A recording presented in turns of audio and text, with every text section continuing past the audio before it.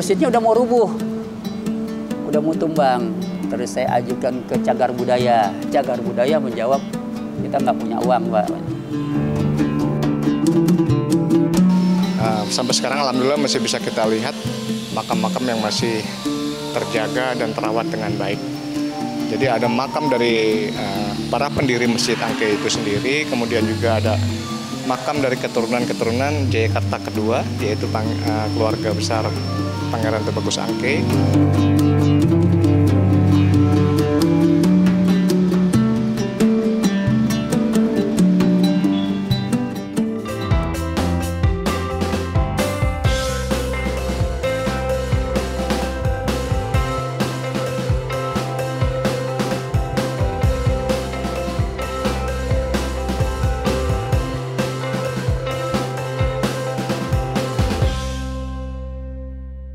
Allahu Akbar, Allahu Akbar,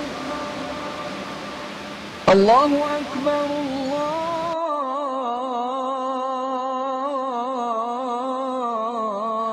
Kumandang azan menggema dari Masjid Jami Al-Makmur. Seketika sebagian umat Islam meninggalkan aktivitasnya untuk bergegas menuju masjid. Masjid Jami Al-Makmur merupakan salah satu dari 5 masjid tertua yang ada di Jakarta. Berdiri sejak 1890, masjid ini memiliki sejarah panjang. Masjid Jami Al-Makmur berdiri di atas tanah wakaf Raden Saleh Syarif Bustaman, seorang pelukis Indonesia beretnis Arab Jawa. Raden Saleh menjadi pionir seni modern Indonesia yang saat itu bernama Hindia Belanda. Masjid Jami Al-Makmur berdiri di Cikini, Jakarta Pusat, dan satu lingkungan dengan Sekolah Al-Makmur. Awalnya Masjid Jami Al-Makmur merupakan surau atau musola yang didirikan Raden Saleh di atas tanah miliknya. Surau ini berbentuk rumah panggung terbuat dari anyaman bambu. Keberadaan Masjid Jami Al-Makmur sempat berpindah-pindah. Kala itu, Raden Saleh sempat menjual tanahnya kepada orang Belanda untuk dibangun Rumah Sakit Koningin Emma Ziekenhuis, yang artinya Rumah Sakit Ratu Emma. Pihak rumah sakit meminta warga Cikini untuk memindahkan surau dari atas tanahnya. Masyarakat pun bergotong royong memindahkan surau dari kawasan Rumah Sakit Koningin Emma Ziekenhuis ke tanah wakaf Raden Saleh. Kalau proses pemindahannya sendiri, prosesnya itu ditandu oleh masyarakat Cikini. Masyarakat Cikini Binatu ditandu itu seperti kayak kurung batang gitu. Jadi ditandu itu rame-rame itu. Nah, untuk luasnya saya nggak tahu, itu hanya sejarahnya orang-orang tua kita dulu ya.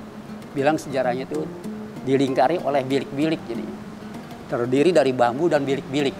Itu ditandu sampai diletakkan di sini.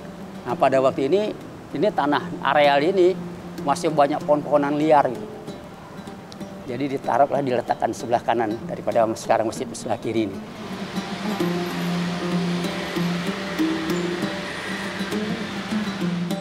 Setelah dipindahkan, lokasi surau ini berlokasi di sebelah Kali Ciliwung yang berada dekat tanah milik Raden Saleh. Pemindahan surau ke dekat Kali Ciliwung bertujuan agar umat muslim yang ingin sholat di surau dapat mengambil air wudhu dari Kali Ciliwung yang sangat bersih dan jernih kala itu. Pada 1926, surau ini dipugar menjadi Masjid Jami Al-Makmur. Sebelum pemugaran surau menjadi masjid, pihak Yayasan Koningin Emma dan pemerintah kolonial Belanda menolak adanya pembangunan masjid di bekas tanah wakaf Raden Saleh. Karena masyarakat Cikini Binatu ini sudah mempunyai rencana untuk membangun masjid yang lebih luas. Satu. Terus keduanya itu masalah dananya disanggupi oleh masyarakat Cikini Binatu sendiri. Jadi setelah itu ada usaha-usaha ya. Ada usaha-usaha pemerintah Belanda ini dan kolonialnya, dan berikut yang ketua yayasan ini ada usaha untuk supaya ini masjid jangan didirikan di sini. Kalau bisa lebih jauh lagi daripada lokasi sini.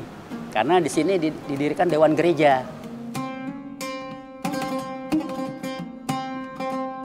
Akhirnya pemugaran surau menjadi Masjid Jami Al-Makmur berhasil terwujud. Pemugaran ini mendapat dukungan dari petinggi Partai Serikat Islam Indonesia atau PSII seperti Haji Agus Salim, Hos Cokro Aminoto, Abi Kusno Cokro Suyono, dan Kiai Haji Mas Mansur.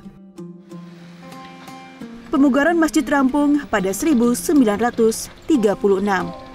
Arsitektur pemugaran Masjid Al-Makmur dipengaruhi oleh budaya Tionghoa. Ini bisa terlihat dari atap masjid berbentuk limas dengan lengkung di ujung atap yang mirip dengan bangunan kelenteng. Masjid Jami Al-Makmur juga memiliki satu buah menara setinggi 10 meter. Menara ini dulu dijadikan sebagai tempat untuk muazin mengumandangkan azan. Karena saat itu Masjid Jami Al-Makmur belum memiliki pengeras suara.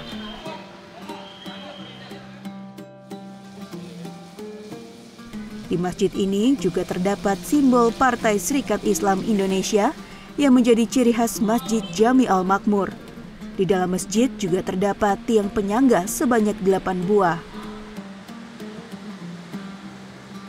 Uniknya bangunan masjid ini saat didirikan tidak menggunakan bahan dasar semen, melainkan kapur. Memasuki 1993, Masjid Jami Al-Makmur diperluas.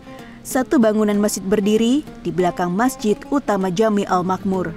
Pelebaran harus dilakukan karena Masjid Jami Al-Makmur tak lagi muat untuk menampung para jemaah yang datang untuk beribadah. 1.220 meter persegi itu untuk menampung dengan kepadatan penduduk. Itu kalau setiap hari Jumat itu tidak bisa menampung. Padahal di atas itu sudah dibuat lagi panggungan, itu untuk menampung jamaah.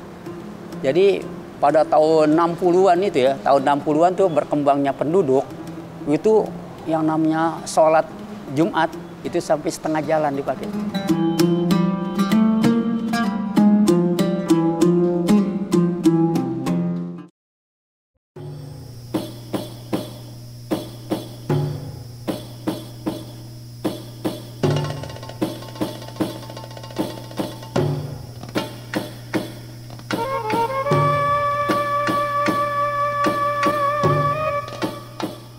Keberadaan Masjid Jami Al-Makmur di Cikini, Jakarta Pusat sudah mencapai lebih dari 80 tahun.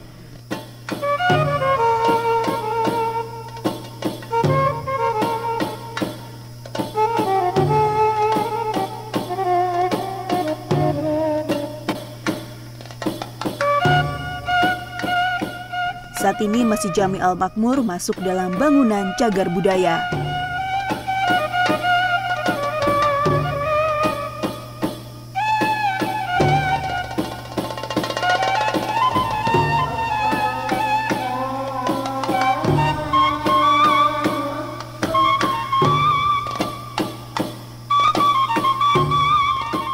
Tak hanya menjadi tempat ibadah saja, masjid ini memiliki arti khusus dalam hal sejarah, agama, dan memiliki nilai budaya bagi penguatan kepribadian bangsa.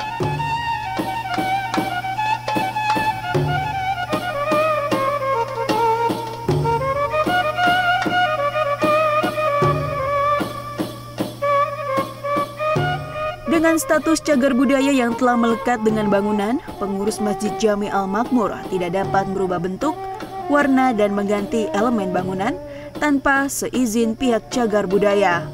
Hal itu karena diatur oleh undang-undang yang berlaku.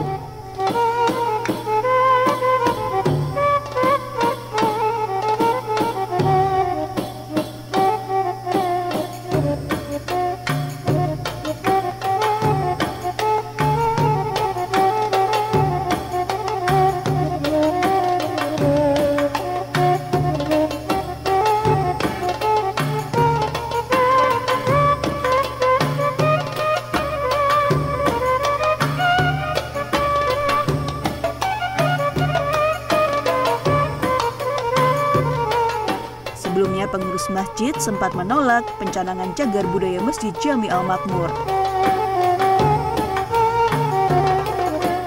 Tadinya kita juga dari pengurus masjid tidak akan mau jadi ngikut cagar budaya. Nanti kita nggak bisa berkembang ke sananya gitu, atau mendirikan ke atas atau mendirikan ini. Karena perkembangan daripada penduduk. Tapi dari cagar budaya sendiri mengeluarkan SK gubernur segala macam itu. Dikeluarkan SK dari pemerintah untuk supaya itu tidak bisa dirubah bentuk dan ininya gitu.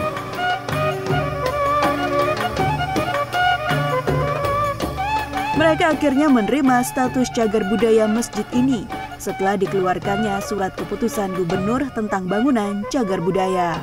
Hingga saat ini keaslian bangunan Masjid Jami Al-Makmur masih dipertahankan. Bisa terlihat dari pintu dan jendela yang tak berubah dari masjid pertama kali dibangun.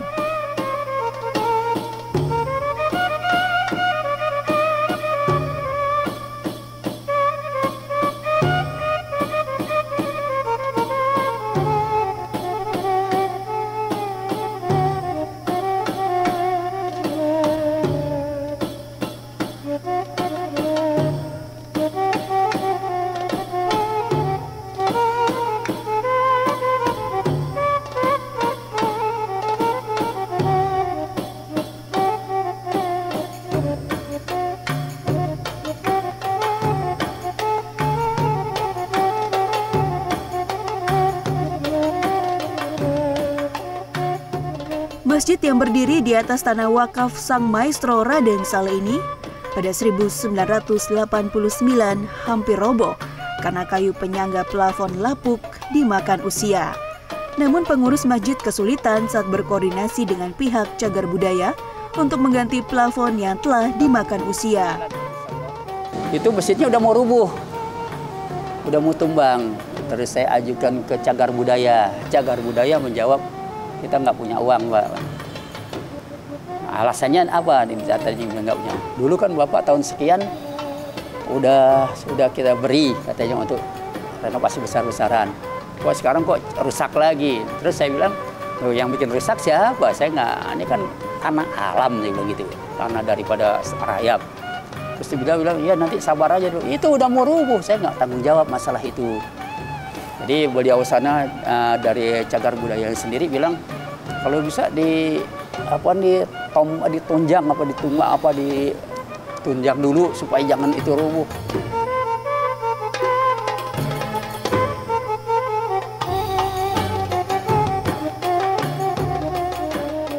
Pengurus masjid bergegas mencari dana untuk memperbaiki kerusakan bangunan. Dana sebesar 70 juta rupiah akhirnya terkumpul dari para donatur. Mereka berhasil mengganti kayu penyangga plafon masjid yang sudah dimakan usia.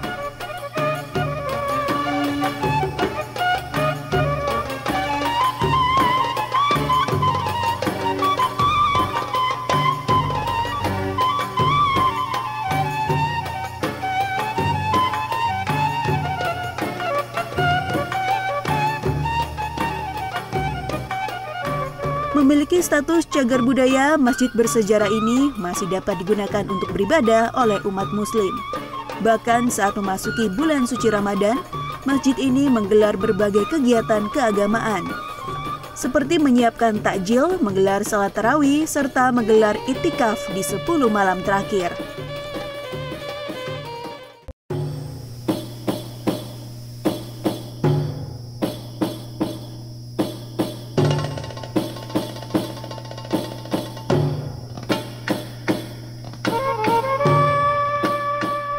Selain Masjid Jami Al-Makmur yang memiliki sejarah panjang, Masjid Jami Al-Anwar juga memiliki sejarah peradaban Islam di Jakarta.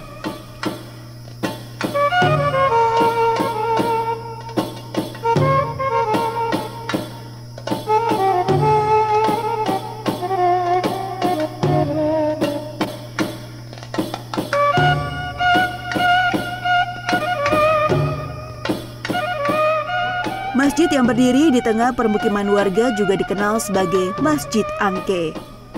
Masjid ini merupakan salah satu masjid tertua di Jakarta yang dibangun pada 1761.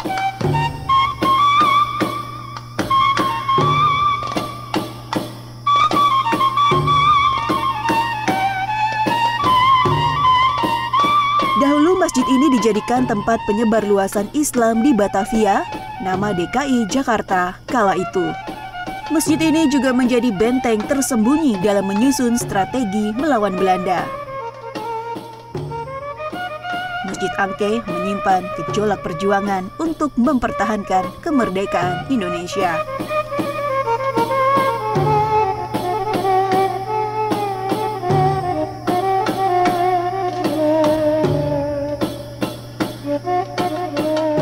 Masjid yang berada di Kecamatan Tambora, Jakarta Barat memiliki ciri khas unik pada gaya arsitektur bangunannya. Memiliki gaya arsitektur dari etnis Jawa, Bali, Arab, Cina, dan Eropa yang menggambarkan simbol kebinekaan. Perpaduan 5 gaya arsitektur bisa dilihat dari pintu,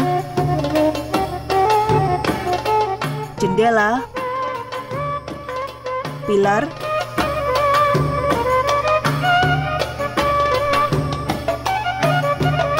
mihrab,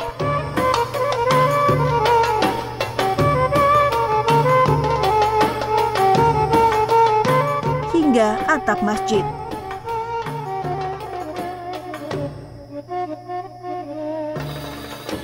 Kalau kita masuk di pintu gerbang Masjid Angke ini sudah disuguhi dengan pemandangan seni bangunan arsitektur ya. Ada seni Balinya di situ di pintu utamanya, kemudian dipadukan dengan gaya Eropa dan gaya Jawanya. Kalau kemudian jendela, jeruji-jerujinya itu bergaya Eropa karena memang pada abad 17 itu Eropa sangat berpengaruh pada bangunan-bangunannya. Di dalam ruangan itu nanti kita akan melihat 4 tiang utama, itu yang bergaya Eropa dan Tionghoa dipadukan. Kemudian juga mihrab bergaya Arab, kalau orang arsitektur bilangnya bergaya Moris ya. Nah, di situ bisa kita lihat. Kalau Tionghoanya lebih kental di bagian atap masjid. Kalau masyarakat Tionghoa di sini menilainya seperti kelenteng katanya bangunannya.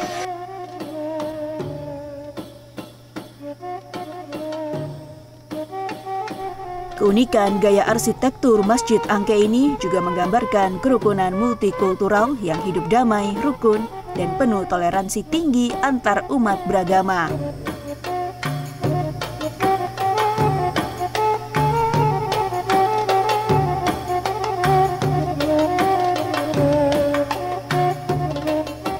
Jika dilihat secara filosofi, masjid ini seolah sedang bercerita tentang kerukunan dan toleransi yang ada di kawasan sekitar masjid yang terus terjaga hingga saat ini.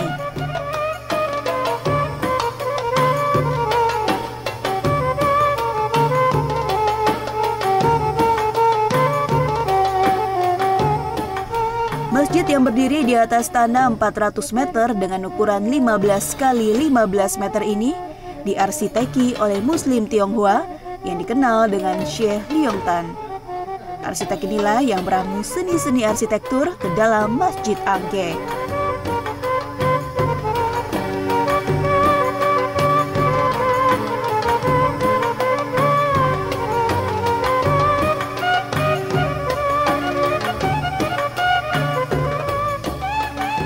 Di halaman Masjid Angke terdapat beberapa makam para pendiri masjid. Salah satunya Syekh Leong Tan, makam keluarga besar Pangeran Tubagus Angke, hingga makam salah satu keluarga Kesultanan Pontianak.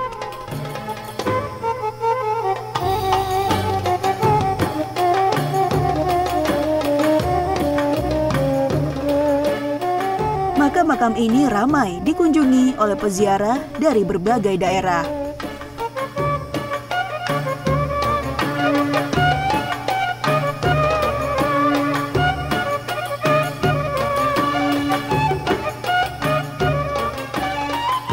Sampai sekarang alhamdulillah masih bisa kita lihat makam-makam yang masih terjaga dan terawat dengan baik.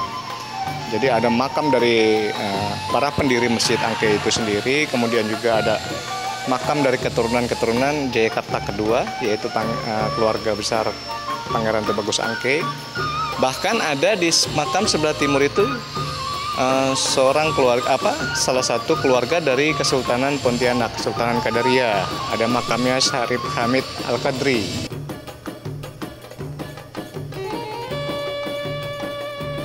Keberadaan Masjid Angke tidak dapat dilepaskan dengan tokoh-tokoh pejuang dan pendiri Jakarta tempo dulu, seperti Pangeran Fathahillah dan Tubagus Angke.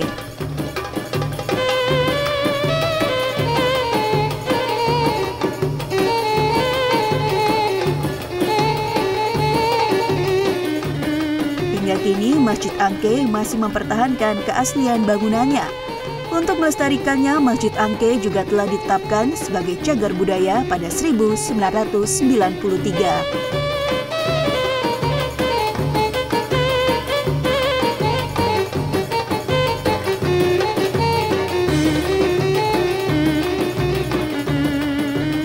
Masjid Jami Al-Makmur dan Masjid Jami Al-Anwar menjadi saksi peradaban Islam di Tanah Betawi.